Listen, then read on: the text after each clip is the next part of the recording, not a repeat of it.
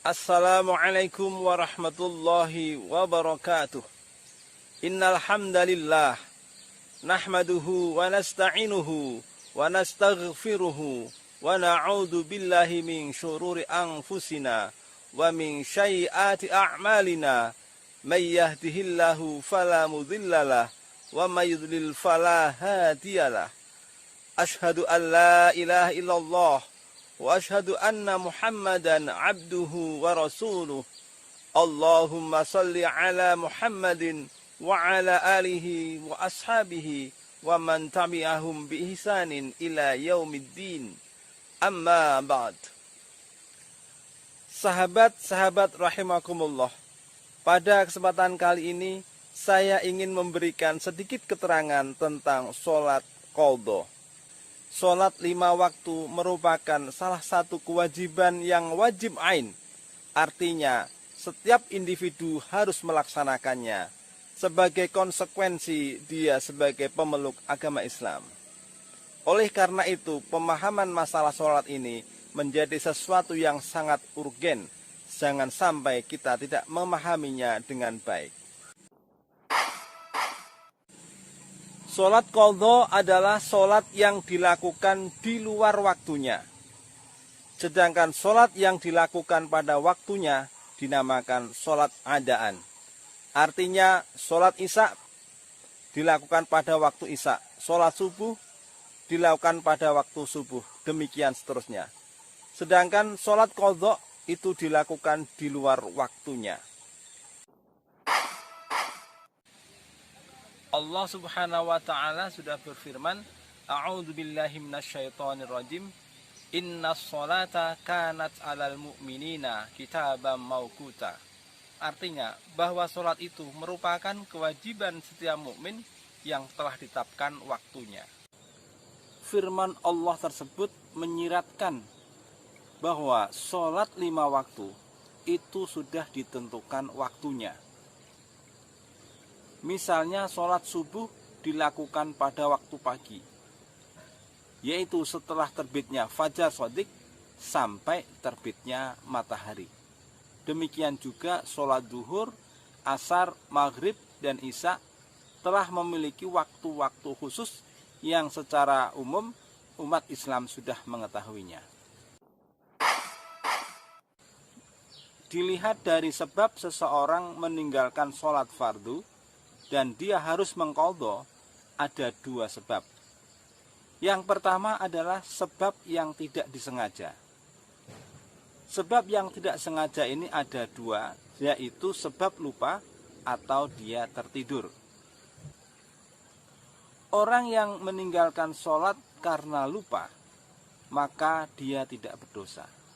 Demikian juga orang yang tertidur, maka dia juga tidak berdosa. Kewajiban masing-masing adalah menjalankannya setelah bangun dan setelah ingat.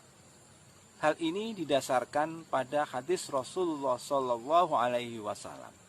Man nasiya sholatan aw nama anha fakaffaratuha ayyusalliyaha idza dzakaraha. Barang siapa yang lupa sholat atau terlewat karena tidur, maka kafarahnya adalah ketika dia ingat. Hadis riwayat Muslim. Sedangkan bagi orang yang meninggalkan sholat dengan sengaja, maka para ulama berbeda pendapat. Ada yang tetap memberikan kewajiban kepada mereka untuk melakukan sholat qadha, tetapi ada juga yang menyatakan bahwa mereka tidak perlu mengqadha dan bahkan tidak usah mengqadha. Pendapat ini antara lain disampaikan oleh Imam Ibnu Hazm al-Andalusi yang menyatakan bahwa orang yang meninggalkan sholat karena sengaja maka tidak akan bisa mengqadhanya. Maka yang harus dilakukannya adalah memperbanyak kebaikan dan melakukan sholat-sholat sunnah. Perlu diketahui bahwa meninggalkan sholat adalah suatu dosa yang besar. suatu pengingkaran kepada Allah Subhanahu wa Ta'ala. Dalam salah satu hadisnya, Rasulullah Shallallahu Alaihi Wasallam menyatakan bahwa pembeda antara kita kaum muslimin dengan orang-orang kafir adalah meninggalkan sholat. Rasulullah Shallallahu Alaihi Wasallam sudah bersabda, al-ahdul ladzi bainana wa bainahumus sholatu, faman tarakaha faqad kafara. Yang artinya, perjanjian antara kami dan mereka, yaitu orang-orang kafir, adalah sholat. Barang siapa yang meninggalkan sholat, maka dia kafir. Hadis riwayat Ahmad, Tirmidzi, An-Nasa'i, dan Ibnu Majah. Artinya, orang-orang muslim itu melakukan sholat, dan orang-orang kafir itu meninggalkan sholat. Oleh karena itulah, maka orang yang meninggalkan sholat dengan sengaja, maka baginya tidak ada kesempatan untuk mengqadha. Tetapi yang harus dilakukannya adalah taubatan nasuha, taubat yang sesungguhnya. Ingatlah bahwa sesungguhnya Allah itu Maha Pengampun. Kemudian untuk menutupi dosa-dosanya, maka dia harus memperbanyak amal-amal solih yang lain, terutama adalah sholat-sholat sunnah. Insya Allah, dengan demikian, kalau dia bertobat, maka semua dosa-dosanya akan diampuni oleh Allah Subhanahu wa Ta'ala. Kemudian bagaimanakah cara mengqadha sholat? Caranya adalah seperti sholat pada umumnya. Ketika sholat subuh, ya dilakukan 2 rakaat. Sedangkan waktunya tidak harus menunggu sholat subuh. Kapan pelaksanaannya? Bagi orang yang lupa, maka dilaksanakan pada saat dia ingat. Dan bagi orang yang tertidur, maka dilaksanakan pada saat dia bangun. Sahabat-sahabat rahimakumullah, demikianlah uraian singkat saya tentang sholat qadha. Semoga bermanfaat.